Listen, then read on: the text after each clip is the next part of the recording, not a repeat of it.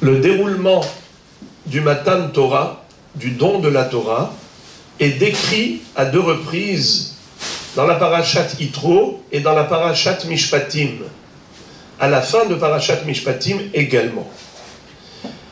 À quel moment les Bnei Israël ont dit Naaseh Venishma? C'est-à-dire, où est-ce qu'on retrouve cette mention que le peuple juif a dit à Kadosh Baruch Hu, sans la moindre hésitation, tout ce que tu nous demanderas de faire, on est prêt à l'accomplir avant même de savoir ce que tu vas nous demander. Kol asher diber Hashem Naaseh Venishma. Alors vous savez où est-ce que c'est écrit? C'est écrit dans Parashat Mishpatim. Bravo, chapitre 24, Pasuk 7. C'est 7 sur 7, 24 sur 24. Alors, je vous lis le Pasuk. Vaikar sefer haberit, vaikra beozne ha'am, vayomeru, kol asher diber Hashem, naaseh venishma. Très bien. Ça, c'est Parashat Mishpatim. Maintenant, dans Parashat Yitro, il est écrit comme ça. Vayaranu kol ha'am yahda vayomru, kol asher diber Hashem, naaseh. Et là, il n'y a pas écrit Venishma. Tout le peuple a répondu à l'unisson et ils ont dit tout ce que Dieu a demandé, va demander, eh bien, on le fera. Alors, Moraï et Rabotaï, il y a 2 différences. Dans Parashat Mishpatim, il est écrit Naaseh Venishma. Dans Parashat Yitro, il est écrit Naaseh. Deuxième différence, c'est que dans Parashat Yitro, il est écrit Vayaranu kol ha'am yahdav vayomru kol asher diber Hashem naaseh. Il est écrit que tout le peuple a répondu et a proclamé à l'unisson. Tout ce que Dieu demandera, on le fera. Alors il y a ici 2 différences et on ne comprend pas pourquoi. Pour expliquer cela, on va rappeler l'histoire bien célèbre de Hillel Hazaken avec le goy qui lui a demandé de le convertir au judaïsme, mais à une seule condition. C'est qu'il lui enseigne toute la Torah sur un pied. Et tout le monde se demande, c'est quoi cette exigence, cette volonté d'apprendre toute la Torah sur un pied, alors que même un permis de conduire, ça s'apprend en quelques mois. C'est juste de la folie, a priori. Qu'est-ce qu'il voulait? Alors, il y a plusieurs explications. L'une d'entre elles, elle est très très belle. C'est que on sait que la Neshama, quand elle vient sur Terre, elle fait un aller et un retour. Un voyage, départ ciel, arrivée terre. Ensuite, retour, départ terre, arrivée ciel. D'accord? Allô terre. Alors, qu'est-ce qui se passe? Pourquoi on est venu sur terre? Eh bien, pour accomplir la Torah et les mitzvot, afin de mériter la récompense du Olam Haba, non pas en tant que cadeau offert gratuitement, mais en tant que salaire et récompense loyalement mérité. Et de ce fait, il faut accomplir toute la Torah et les mitzvot pour atteindre la perfection.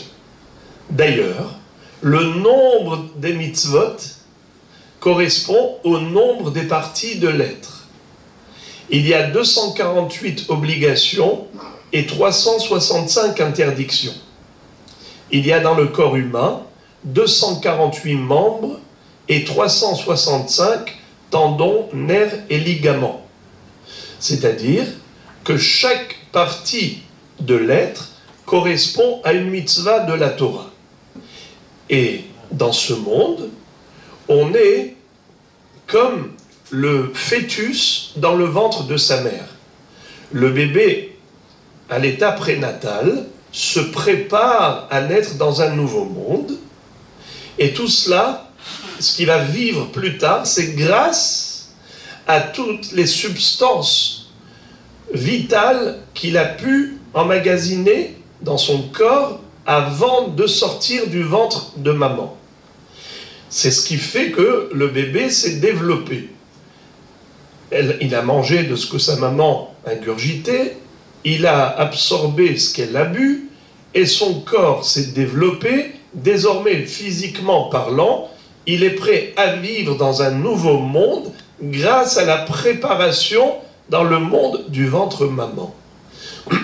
La Neshama, dans le corps humain, elle est comme ce fœtus dans la pochette amniotique où ce fœtus va se développer, et jusqu'au moment où il est apte à vivre dans le nouveau monde. C'est comme ça que la Neshama va pouvoir, grâce à la Torah et aux mitzvot, se former spirituellement afin d'être apte à vivre dans le monde du Olam Haba, dans le monde de la spiritualité, le monde d'Akadosh Baruch Hu, qui est le monde de la Torah. Mais on a un problème, c'est qu'un être humain ne peut pas accomplir toutes les mitzvot. Il y a des mitzvot qui sont spécifiques aux Kohanim. On n'est pas tous Kohen. Il y a des mitzvot qui sont accomplis en Eretz Israël. Pas tout le monde est là. Il y a des mitzvot qui sont accomplis uniquement à l'époque du Beth Amikdash. Malheureusement, on l'attend impatiemment, sa reconstruction, mais pour l'instant, on n'a pas l'occasion de faire toutes ces mitzvot. Il y a énormément de mitzvot qui, a priori, sont inaccessibles concrètement. Alors, comment peut-on accéder à la perfection si l'occasion ne nous est pas offerte de pouvoir accomplir tout ce que Akadosh Baruch Hu a enseigné et ordonné dans la Torah? Alors, il y a deux éléments. Le premier, c'est que l'étude de la Torah est considérée comme l'accomplissement des mitzvot. Unshalem aparim sefatenu. Il est écrit dans la Gemara que même de nos jours, où on n'a pas la possibilité d'offrir des sacrifices, mais la lecture de la paracha des korbanot, c'est comme si on avait offert les korbanot. Ça veut dire que l'étude de la Torah, c'est comme l'accomplissement des mitzvot. Zot ha-Torah, la ola, la mincha, la hatad, la shlamim, la miluim, ou le zebach ha-shelamim.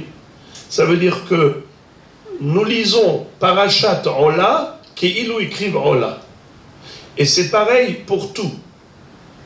L'étude de la Torah, en formulant verbalement la mitzvah telle qu'elle est écrite et dans la Torah, c'est comme si on l'avait accomplie. Primo. Secondo, c'est qu'il y a une possibilité de partager les mitzvot et les mérites accomplis même par les autres. Par exemple, le Kohen, il fait des mitzvot qui lui sont spécifiques, et nous tous, on peut partager ces mitzvot. Vos mitzvot, je peux aussi en mériter. Si j'en fais, vous pouvez également les partager. Comment? Eh bien, grâce à l'union d'Israël. C'est-à-dire que la solidarité, l'unité du peuple fait que nous sommes comme un seul corps, d'un seul cœur. Keish echad, belev echad. Et donc, lorsque Réhouven fait une mitzvah, eh bien, Shimon également est partie prenante. Dans le sens où on est en fait une seule entité. Il n'y a pas de séparation. Ce n'est pas toi qui as fait du bien et toi tu as fait du bien. On a tous fait du bien ensemble. Parce que Am Israël, Mi ke'amcha Israël, Goy ehad ba'aretz.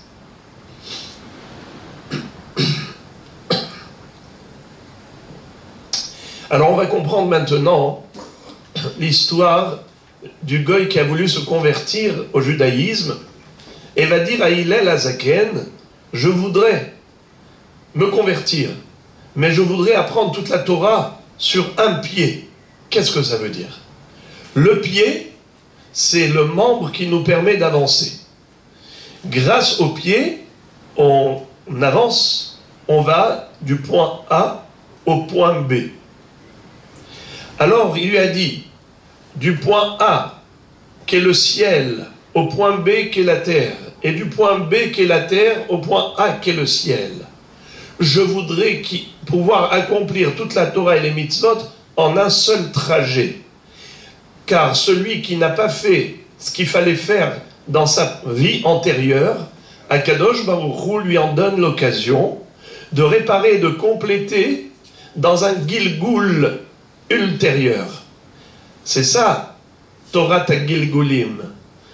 Le Gilgul, la réincarnation de l'âme, c'est ce qui donne à l'homme la possibilité de compléter un travail qui a été inachevé dans sa vie antérieure.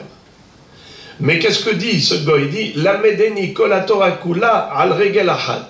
Je voudrais, dans une seule vie, en une seule vie, accomplir toute la Torah. Je ne veux pas faire yo-yo, que voilà, je remonte là-haut, je suis jugé, et on me dit voilà, tu n'as pas terminé le travail. Redescends. Après ça, encore des problèmes, redescends. Non, moi je veux al regel achat. Le pied, c'est ce qui nous permet de voyager. Je veux qu'un seul voyage. Pas aller-retour, aller-retour, aller-retour. Je veux que ma neshama trouve sa plénitude, sa perfection en une seule vie. Alors qu'est-ce que lui dit Hillel Hazaken? Pour accomplir toutes les mitzvot comme on vient d'expliquer longuement, c'est une chose a priori impossible, puisqu'il y a des mitzvot qu'on ne peut pas accomplir si on n'est pas Kohen, si on n'est pas en Eretz Israël, si on n'a pas le Beth Amikdash, et ainsi de suite. Alors, il lui dit, premièrement, c'est l'union. Deuxièmement, c'est l'étude. De'alar sané, le havrach lo ta'avid. Ce que tu n'aimerais pas qu'on te fasse, ne le fais pas aux autres. Si tu as l'amour d'autrui, ve'ahavta le're'acha kamocha, alors Am Israël est considéré comme une seule entité. Les mitzvot de Réhouven et de Shimon et de Lévi et de Yehuda sont des mitzvot qui profitent à l'ensemble du peuple. Tout le monde partage le même mérite des mitzvot que toi et toi et toi et toi et toi tu as fait. Donc tu as fait toutes les mitzvot, que la Torah. Deuxièmement, Ve'idach zil gemor. Vous savez comment en araméen il lui a dit? Il lui a dit comme ça. De'alach sané le havrach lo ta'avid zehu kol haTorah kula ve'idach pirusha zil gemor. Ça veut dire, dans la traduction simple, idach, les autres mitzvot, c'est juste des détails. Va les apprendre. Zil, vas-y. Gemor, gemara, va apprendre. Mais selon l'explication qu'on vient de donner d'ordre allusif, c'est qu'il lui a dit, Ve'idach, et l'autre formule, Zil Gemor, va étudier la Torah. Car il y a deux façons comment accomplir toutes les mitzvot. Soit par le biais de la Ahdout, soit par le biais de l'étude. Car Unshalem Parim, Sefatenu. Ton étude de Torah équivaut l'action. Alors voilà, maintenant on va comprendre pourquoi dans Parashat Yitro et dans Parashat Mishpatim, on a un descriptif du déroulement du Matan Torah, mais Am Israël se sont exprimés différemment, on dirait. Regardez, dans Parashat Yitro, Vayaranu kol ha'am yahdav, Vayomru kol asher diber Hashem na'aseh. Et là, il n'y a pas écrit Nishma, car na'aseh, c'est l'action. Nishma, c'est l'étude. La première formule, on a dit, c'est quoi? C'est la Ahdout. C'est ce qui s'est passé. Vayaranu kol ha'am yahdav. Le peuple, dans son ensemble, dans son entité, à l'unisson, ils se sont unis.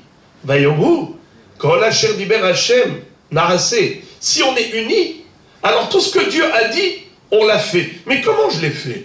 C'est toi qui as fait. Moi, j'ai pas fait. Oui, mais toi, tu aimais les autres. Toi, tu aidais les autres. Toi, tu étais uni aux autres. Il n'y avait pas de division, il n'y avait pas de scission. Alors vous êtes Ke'ish Echad Belev Echad. Ces mérites te revienne à toi également. Ça, c'est Parashat Yitro. Dans Parashat Mishpatim, là-bas, il n'est pas écrit Kol Asher Diber Veyanu Kol Am Yahdav. Il y a écrit comme ça. Vayomru Kol Asher Diber Hashem Naase Venishma. Dans Parashat Mishpatim, on nous parle de la deuxième formule. C'est l'étude de la Torah. Tu veux Kol Asher Diber Hashem Naase, tu veux accomplir toutes les mitzvot de la Torah, les 613, alors Venishma, viens étudier. Car l'étude de la Torah, comme on a dit tout à l'heure à propos des sacrifices, Zot HaTorah, la Olam, la Mincha, la Hatat, la Shlamim, ça c'est comme ça qu'on peut accomplir, grâce à l'étude de la Torah, toutes les mitzvot. Yekarahi mi peninim, echol hafatzim lo yishvu ba. Talmud Torah, keneged kulam. Alors voilà, Moraï Berabotai, ce que la révélation de Hillel Azaken à ce guerre quand il lui a dit, oui, en effet, tu peux en une seule vie compléter et achever le travail attendu par Hachem, accomplir toute la Torah grâce à ces deux éléments fondateurs qui sont l'union et le limud à Torah. Qu'Hachem nous aide à nous y investir toujours dans ces deux éléments de Ben Adam la Havero et Ben Adam la Makom.